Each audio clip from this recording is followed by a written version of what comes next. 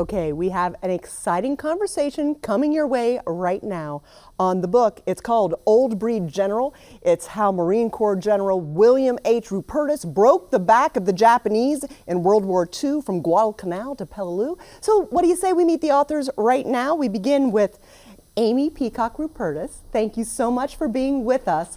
Now we recognize that name, Rupertus. Yes. What's the connection? General William Henry Rupertus was our grandfather. I have two sisters. We are the three granddaughters of his. So why write this book? And Really? how long has it taken you? It's taken a couple generations to get here, but it's really about 6 years. And we wanted to, my sisters and I, we really wanted to get this story down for the record, to contribute not only to family, but to history and the Marine Corps. Fantastic. Your co-author is Don Brown. This is your 15th book, your first co-author of a book. I got lucky for a first co-author, didn't I? Oh, how exciting. Everybody right? Exactly. Talk to us a little bit about, you love to write about history and military, and you have a military background. Give us a little bit of your story. I'm an ex-U.S. Navy JAG officer. Spent 16 years altogether between active and reserves, and then started writing one day into the military mode and discovered that I enjoyed it. And the last 4 that I've done have been nonfiction works, a couple of significant biographies. And when this opportunity came along, it was just a blessing to be able to work with Amy. She and her sisters who really have collected the data for this and made it kind of an easy write. And I also want to shout out to Edwin, her husband also. It's not easy being a writer because it takes hours and hours and hours.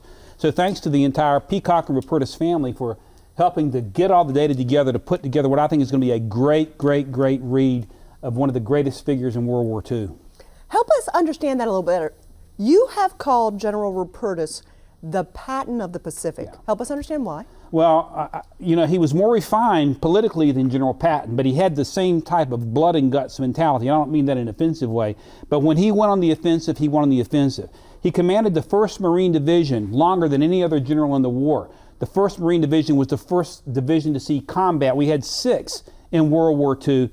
In the Pacific. The 1st Marine Division was the only Marine division to see combat in 1942. He led us to our first victory on the ground, not only in the Pacific, but we now believe the first ground victory in all of World War II this gentleman commanded, among other things. And I'd start preaching a sermon, so I'm not going to say too much right now, but he was truly a giant who, as far as I'm concerned, ought to be on the Mount Rushmore of military leaders of our time. He really should be. Thank you, Don. Talk to us, Amy, about how you made the history come to life, and what were the records and the means of which you brought all of these stories to us? Well, we have trunks of information. We have letters, telegrams, tons of photos that our grandfather saved and put into albums that we've added to over the years. And that combined with going to the Marine Corps History Division and the archives to get all the extra files and the oral histories and the record of events, pulling all that together, we were able to really build a compelling story. So, you know what, I would want to tell, when was General Rupertus born? It was November 14th, 1889 in Washington, D.C. I mean, when we talk old breed general, we are truly talking old breed general. Don, what makes an old breed general versus the generals of today? First off, they were trained to fight first and foremost. I'm not sure, there are great leaders in our United States military today, so I don't want to say anything disparaging, but when you look at the times under which men like Rupertus and Patton and Eisenhower and others fought, the world was even more dangerous than it is. I mean, you had the Nazis, you had the Japanese, and we had a world that was on the brink. So they were forced to come out of circumstances that were probably more harsh than many of our military leaders today, because we've been a superpower since the end of 1945, actually. So I think the circumstances were a little harder. Amy, talk to us. You mentioned you had diaries and journals. Mm-hmm. What's one of the early stories that really touched you emotionally? Probably the most emotional story that probably he experienced early on was when he and the Marines were stationed in Peking, China, and they're guarding the American sector of the international settlement, and he was there with his wife and 2 children, and scarlet fever swept through China and swept through the settlement and right into the Rupertus house, and his wife and 2 children both died of scarlet fever. So he lost his entire family just like that. Really within 2 months they were gone. Somehow he survived and had to, carry on with his duty. So that, losing your wife, your spouse and your children is pretty tough. He was a general, and he had to push on and do his job and serve his country. But then he moved on, and life got a little better for him, and he married your grandmother. So talk to us a little bit about your grandmother and where they met and how this became a thing that you got here today. Our grandmother is, her name is Alice Hill Rupertus. Her nickname was Sleepy. We don't know how she got her name Sleepy, but she had it ever since she was little. And he met her when he came back from Peking. He was a handsome major in Marine Corps uniform and out and about, and he met her at the Chinese embassy at a party, and they fell madly in love, and within 3 months they were married. She came from a Navy family, so that was, I guess, okay that she was 20 years-ish younger than our grandfather. But they married, and he got a new lease on life. And before too long, your father was born. Talk to us a little bit about and your father passed unfortunately way too young, in his 50s, but what did you see, now looking back, and you've read the diaries, you've seen the journals, what do you see from having never had the opportunity to meet your grandfather, but knowing your father, what did you see in your dad, who was also military, as I understand, that is passed down from the grandfather? Right, so our father was a Marine. He graduated from the Naval Academy in 1962. I would say that the biggest thing that I saw with our grandfather is a tenacity of purpose, a focus on the mission, a focus on getting through whatever battle he was challenged with. And I think I feel the same way about our dad. He was very driven, and he expected the same of us. And how old was your dad when he passed away? 51. It's really hard to comprehend the concept of these committed to our country Marines passing so early when they were so tough and they made it through so many battles. Don, let's talk about some of those early battles that he fought and forced and pushed our country through. Right. Well, the book goes into 4 major battles he commanded. The first, and perhaps the most historically significant, could have been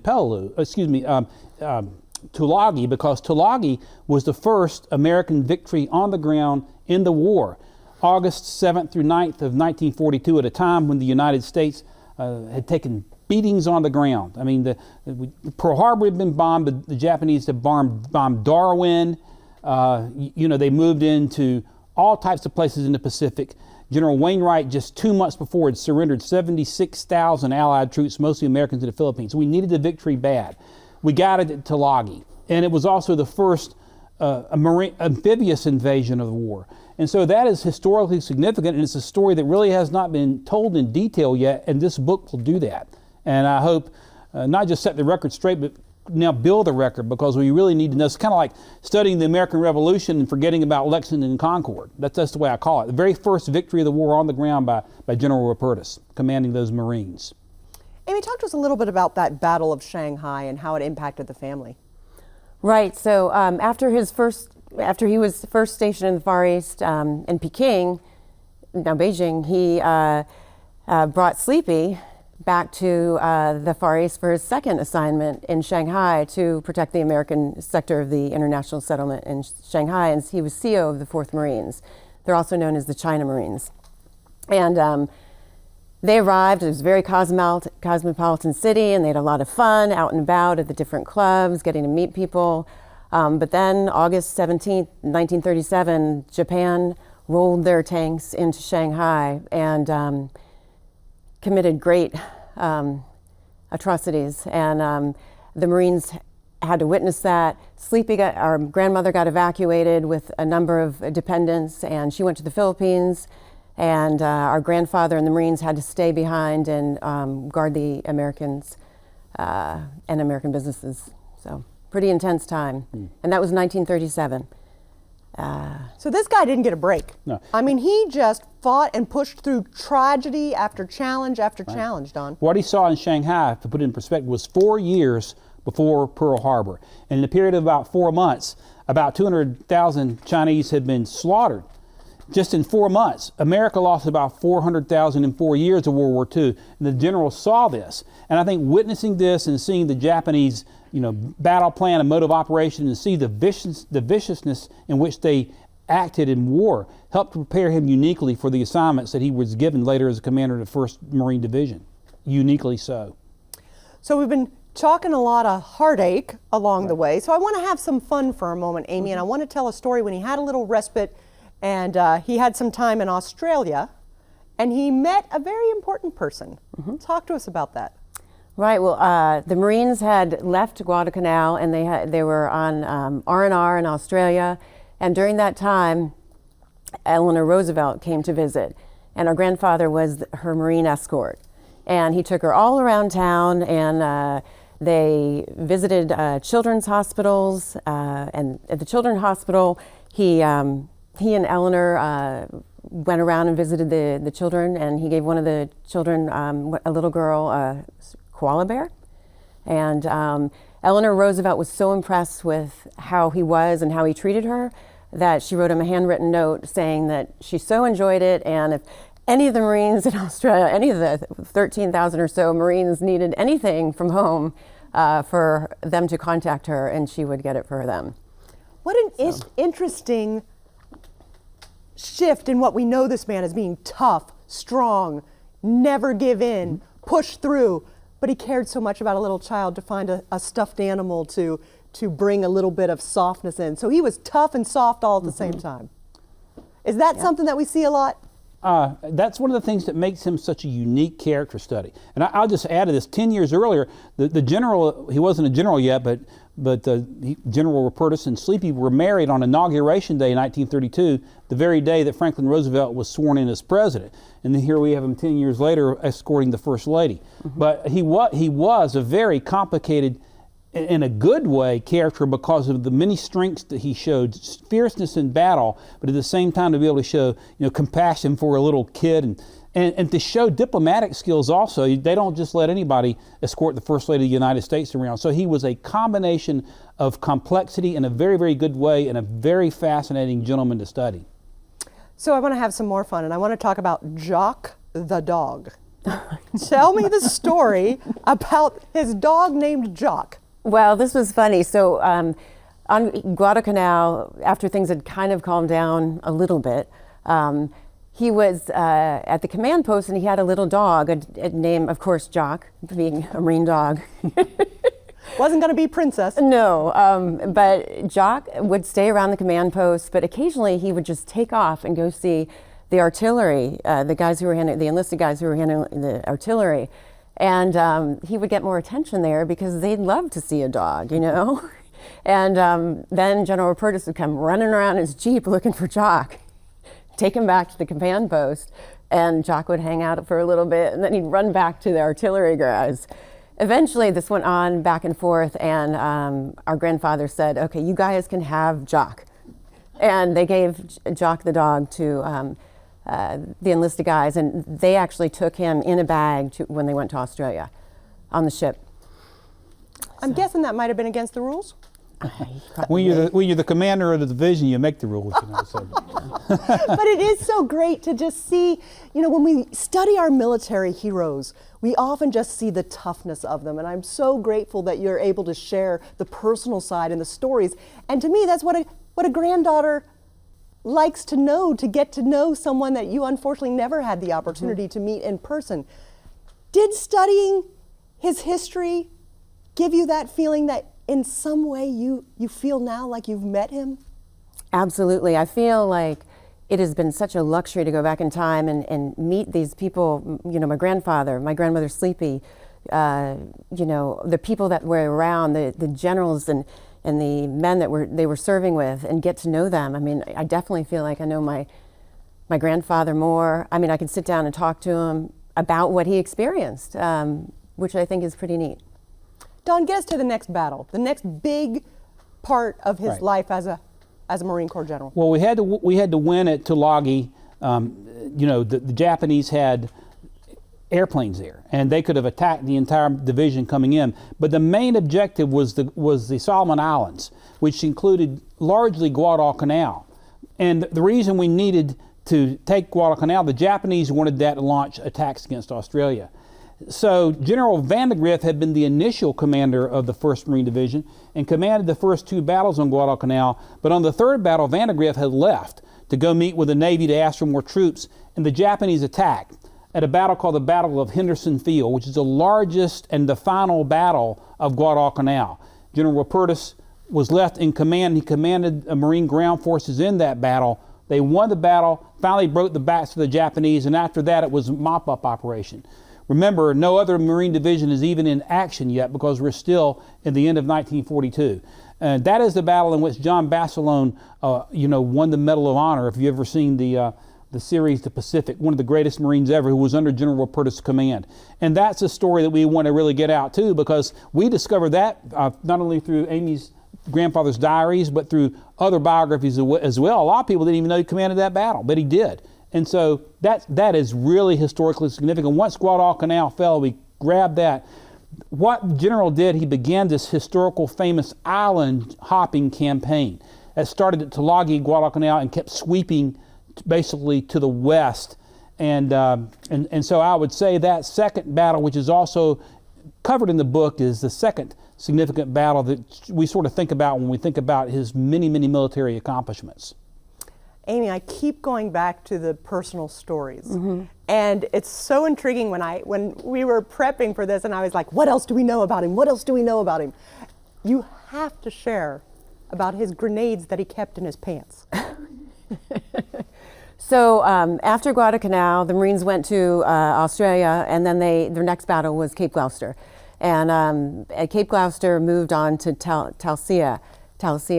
And it was another, so we're hopping along different islands, and he was an avid aviator, and he also was getting annoyed by these Japanese attacks. And so he spotted a little plane, a pilot next to a little plane, and he's like, can you take me out in the early morning? I want to do a little reconnaissance. And the pilot said, sure, I'll go take you out. And so the next morning he came out, and our grandfather had a bunch of stuff in his pants. And the guy's like, General, what do you have in your pants? And he said, grenades. And so they would go up in the plane pre-dawn, and he would lean out of the plane and drop a grenade. Just like water balloons, wake up. Time to wake up. Well, and that's one of the many reasons I compared him to Patton. If you ever see the movie Patton, there's this scene in Tunisia when the Germans are with an aerial attack, and he goes out with the 6-shooters and starts firing up at the Luftwaffe coming through, strafing him. The idea that the division commander will put grenades in his pocket and take the battle directly to the enemy, which is probably a lot of swagger and bravado to do that, let me tell you. And the commandant probably would not want him doing that because he's too valuable to the Corps. But that just shows that the swagger and the bravery that he had as a military commander. It's a great personal story, but it's also a great story of bravery also. What can I do to help take these guys out? And he certainly did that. Amy, talk to us a little bit. If you were to pick one thing that your grandfather is most known for, what would it be? I would say probably he's as the author of the rifle creed. Well, my rifle, the creed of United States Marine. I would say that's that, and leading the Marines in the Pacific. So let's talk about it. We have the Rifleman's Creed. For folks who aren't familiar with it, would you mind? We're going to split it up, and you guys are going to read it for us, right?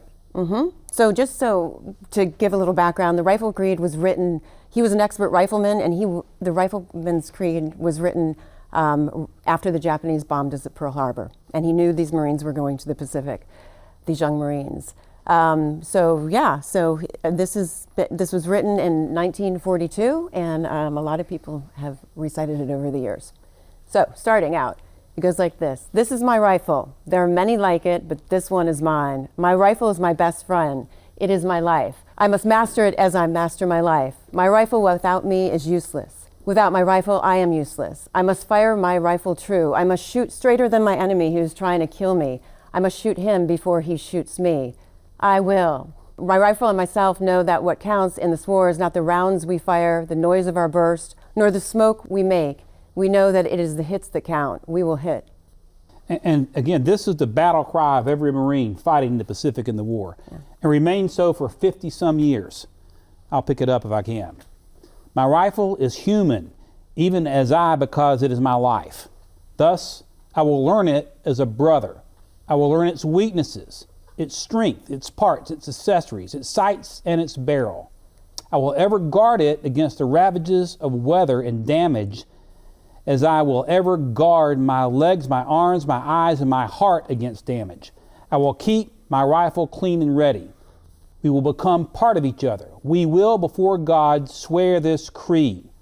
My rifle and myself are the defenders of my country. We are the masters of our enemy. We are the saviors of my life. So be it, until victory is America's, and there is no enemy but peace. It gives me chills. It does. It sounds like some of the most beautiful poems I've ever heard. And this is something that the Marine Corps still continue to use today? Is it something? I think a lot of Marines know it, but I don't know if they still use it. I don't think so. Maybe they do at boot camp. Maybe they'll bring it back. It's still in use, but we documented it for 50 some years as part of every boot camp, and our Marines who are here probably still know it in their sleep, I'm sure. But it's been a huge, indelible part of the Corps and the culture of the Marine Corps, for a half a century, and remains that. So you can see it like on these movies, like what are the favorite movies it's on? You got Full Metal Jacket. Full Metal Jacket. There's several times. I love that movie. Yeah. Yeah. So, but it's for this guy to have written this, and this is the first major biography, is an amazing thing, because this he's one of the great Marine generals ever, and this is, Amy says, is one of the most significant parts of his heritage and one of the many merits of his accomplishment. I made them memorize it before they went to the rank. So we have in our audience some Marines with us, and we have a gentleman who I believe he told me he was 92? Tops. 91. Tops is with us, and he made his folks memorize this. So it is very real for people who are alive today, and it's so exciting to be able to. I love, and the reason I'm so excited about being able to share about this book is now it's become a living history. Even though it's second account, that connection of your grandfather and digging into this history that you brought to life with your help, Dawn, to be able to do it is something that where would we be if we didn't know about him? Mm-hmm. Well, this story is larger than life, and as I said to Amy, she's military royalty. Her family is military royalty. And her grandfather was larger than life. And the only regret I have is that the story wasn't told many, many, many years ago. But as they say somewhere out there in the hinterlands, better late than never. And go ahead. I think this, my perspective is there's so much information about the war in Europe, Europe compared to the Pacific, and I think this will add to the database of the Pacific War history. Absolutely. And maybe even alter it a little bit. But I think every story about the Pacific is important to share. I agree with that. How did you decide, what stories, what diary, what journal entries to put in? And is there a sequel out there? You want that one? Well, we wanted to put a lot more in, and both of us had to cut stuff, which was tough. Particularly the letters, the stories, the letters he wrote to General Vandergrift, his, back when he was commandant, when Rupertus was in the Pacific. We had to cut a lot, and we just agreed. I mean, it worked really well. When you're writing about a military giant, you cannot do that giant service in one biographical work. So it was difficult. His whole life in China could be multiple works on their own. Mm-hmm. But ultimately, we looked at it was written largely around the historically significant battles that he commanded in the Pacific in World War II. And so we've gotten backfill in about Shanghai and about all the great personal stories he's talked about. But there needs to be many other books written about this gentleman and the men who served under his command as well. As Amy said, there needs to be more written and learned about the Pacific. We've got a lot about Europe, and that's great, but we need to focus a little bit more now to try to finish out the full historical record of our troops and our Marines' victory in this great war. So I'm going to lobby for a movie. So could that be the next thing? Could you guys be authors of a screenplay? Well, it's written pretty well. I think it could, yeah, maybe. I think this could be converted into a screenplay. Yeah. And with a little bit of spit and polish, as the Marines would say, turn it into a screenplay, and we get Tops as a consultant out there, and I think we're in good shape. Take me to the Tops. Take me to the next battle, Don. Well, we moved to New Britain, or the Battle of Cape Gloucester, and Amy's mentioned that also. This is battle number 3. Here's what's interesting. You can't talk about Cape Gloucester without talking about Douglas MacArthur. General Douglas MacArthur, some say, if you ask him, he'd probably say he's the greatest military leader in history, but he was great. He was a huge fan of General Rupertus. As a matter of fact, by the time the general had finished in Guadalcanal, MacArthur wanted to bring the 1st Marines under the command of the Army. And he actually got his way for this one battle. He wanted the 1st Marine Division under the command of the Army. And so this battle was part of something called Operation Cartwheel. In other words, the Japanese had a naval base on New Britain at a place called Rabaul. It was their biggest naval base in the area.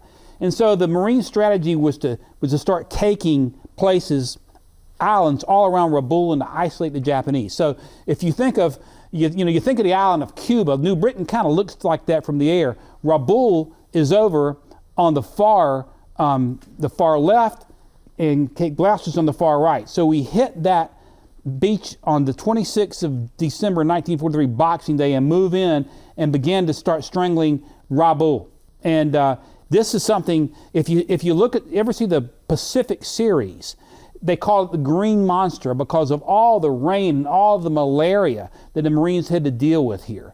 But it was under the overall command of MacArthur, and when they hit the beaches and won, they got we cover this in the book, but there is a note from President Roosevelt to General Rupertus and to the men for capturing New Britain, or New Cape Gloucester, I should say, and so it was a third of the major victories that he commanded, and we're hoping to give it justice in this book as well. I think we do, but we'll let the readers decide on that. Amy, bring us up as you worked your way through and read about battle after battle after battle.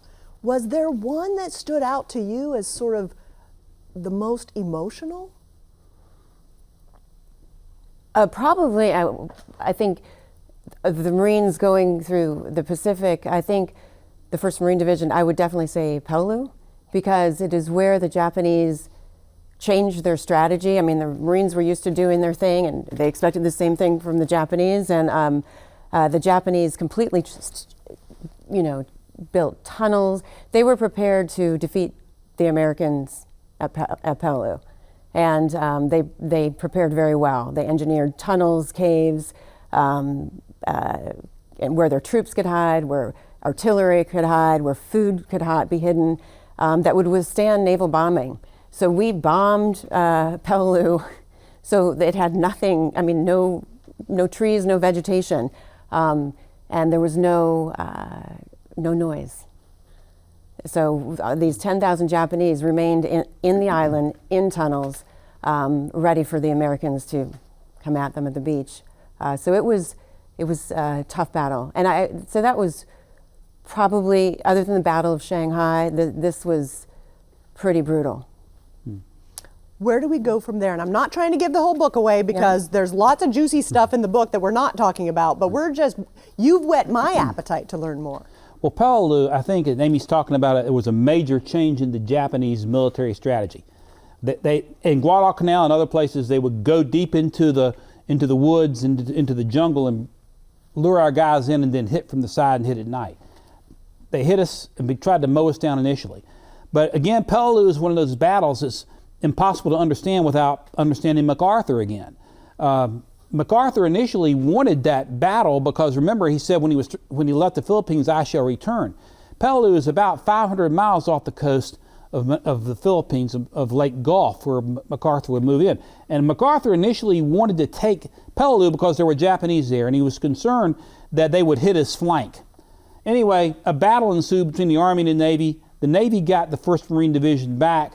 They decided to go ahead and hit at Peleliu, and it became the bloodiest of the assaults up to that point, but the beginning of a new strategy. We saw the Japanese use this same hit them at the beach strategy against the 4th and 5th Marines at Guadalcanal in February 1945, and at Okinawa and other places. So they changed their strategy. It became more bloody, but it was an American victory, and was the great and final victory that General Rupertus commanded before he finally came home in late 1944. But Amy, you've got a story of General Rupertus before the battle, and a letter that he wrote because he thought he may never come home. Yes, we have a ton of letters that have been saved, and this one, when my sisters and I found it and deciphered his handwriting, we were shocked because it was a letter before he was on the ship, and it was the night before Peleliu, so the night before D-Day, and he wrote that he could see the outlines of the ships around him, and the stars were out, and that all the plans were set, but he had this feeling, this sense that it might be harder than they originally planned, and that he sensed it could be more moderate casualties. But he prayed, he wrote Sleepy, I'm praying and I've prayed it's not going to be that way. So their letter is in the book, and it goes on, but it's pretty neat to see from a commanding general's perspective that, what he sees on the ship, but also that he's evaluating this and he's also praying for his troops. He showed his softer side. Yep. For sure. Don. And he had a premonition also, I think.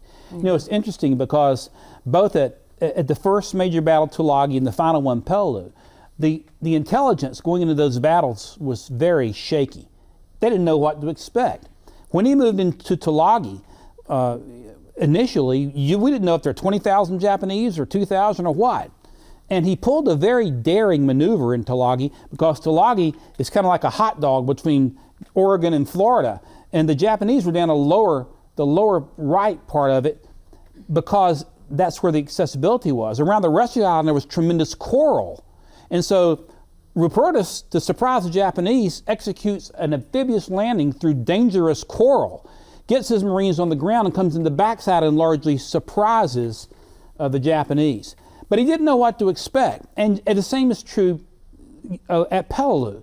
We didn't know what to expect. The Japanese had buried themselves into tunnels. It's not like we had satellites back in those days or drones or even reliable reconnaissance aircraft all the time. So every time these Marines went into a new battle, they were fighting the unknown, facing the unknown, and it was a remark of incredible bravery. And I think the very personal letter Amy talked about does again show the very soft side of the man, contrast against the very warrior-like side of the man, which is one of the reasons he's such a fascinating character to study, in my opinion.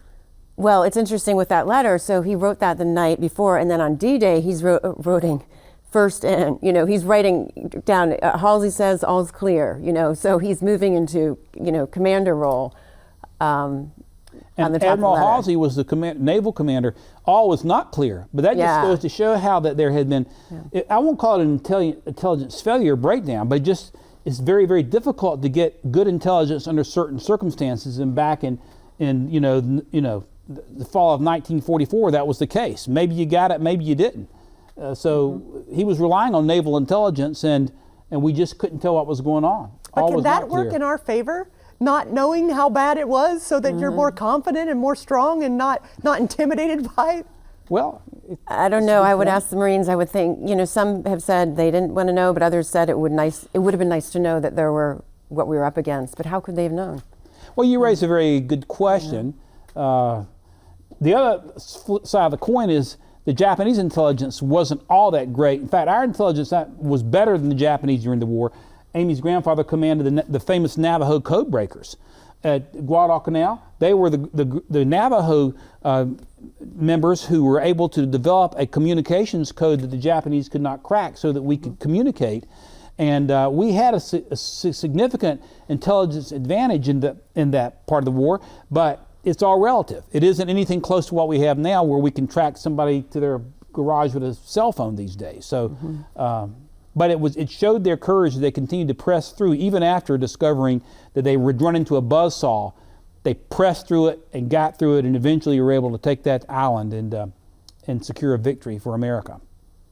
So we actually have an audio recording of your grandfather, and if you would set it up for us, I believe it's from November 11th, 1944.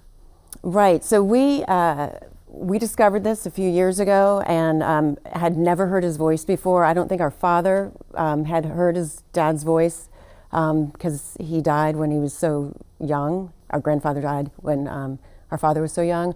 So we found this audio recording. He's come back from Peleliu along with, the 3,500 Marines. He's back, General Geiger's back, and the Marine Corps wants him to go on a PR tour. The war's still going on, and they need to get war bonds, that sort of thing. So they set him up with a CBS radio interview, and where they interviewed him about the war in the Pacific and what was next. This is just a small segment of it. You think we're close to our goal of complete defeat of the Japanese?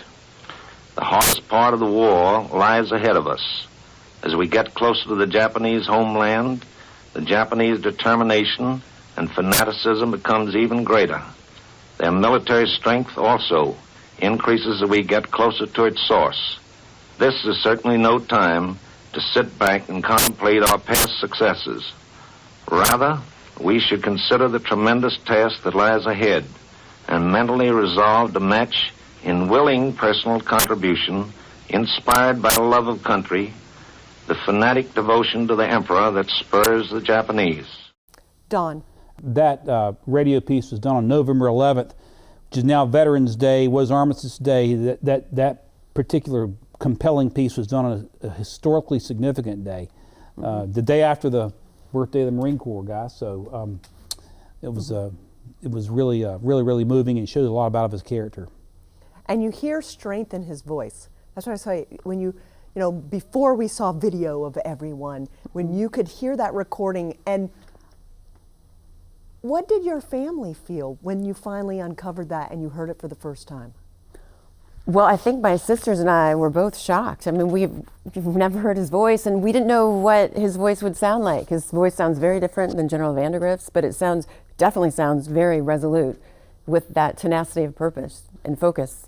There's a baritone tone to it, a commanding baritone sound.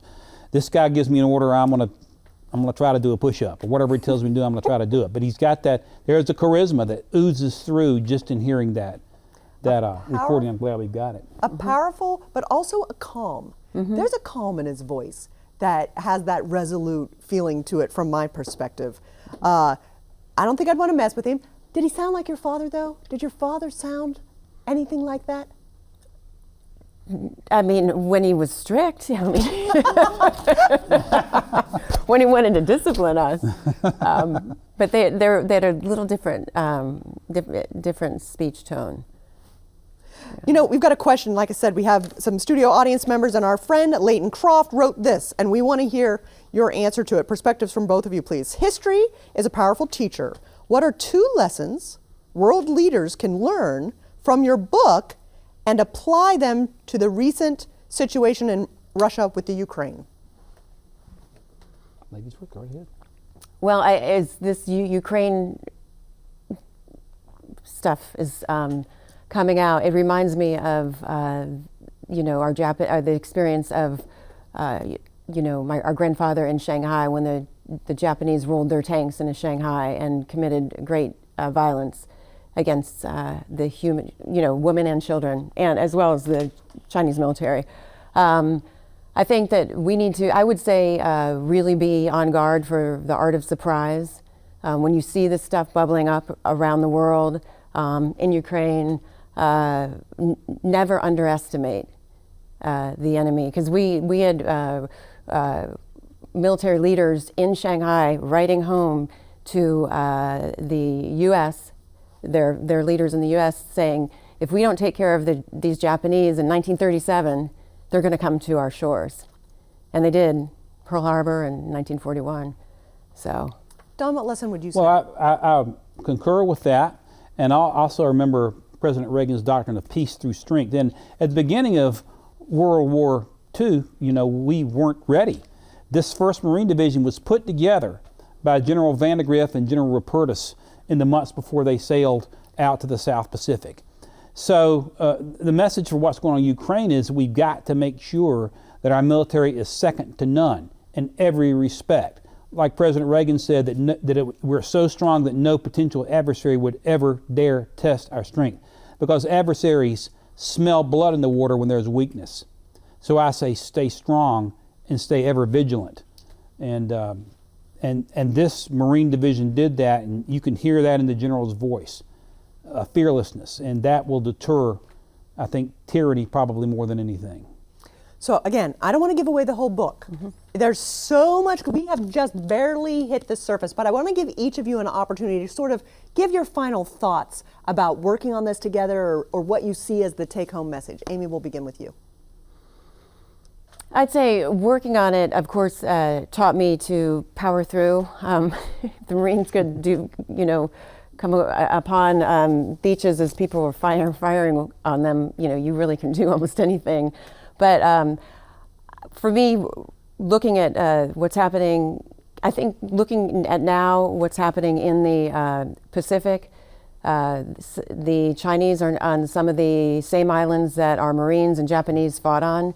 They're building islands. So I think what we need to do now is look back at what our experience was in the Pacific and the lessons learned, particularly on re-engineering islands. So we know what we're looking at. Don, you get the final word. Well, I agree, and I learned about General Rupertus when I was writing another book called Last Fighter Pilot, researching the history of what was going on in China, and that's how I ran across the general and we started talking. But history does repeat itself, Santiana said, and I think that we have to be ever vigilant of what's going on in that part of the world even now. Sometimes the bad actors are in one country, some are in the other, or in another country, but we must remain strong and resolute. And this book is a great character study for one of the greatest Americans who worked through tragedy and pain, but came to a great point of triumph, and who loved his family. And he's a great man to study above and beyond all that, and I hope that we have done him service. I believe we have. Hope everybody gets a chance to read the book. Don Brown, Amy Rupertus Peacock. The book, my friends, is called Old Breed General: How Marine Corps General William H. Rupertus Broke the Back of the Japanese in World War II from Guadalcanal to Peleliu. It is available everywhere. You can get it online, you can get it at bookstores. You do not want to miss. This is one for the ages, my friend. We thank you so much for your time and learning more about this great Marine general. Thanks so much and have a great day.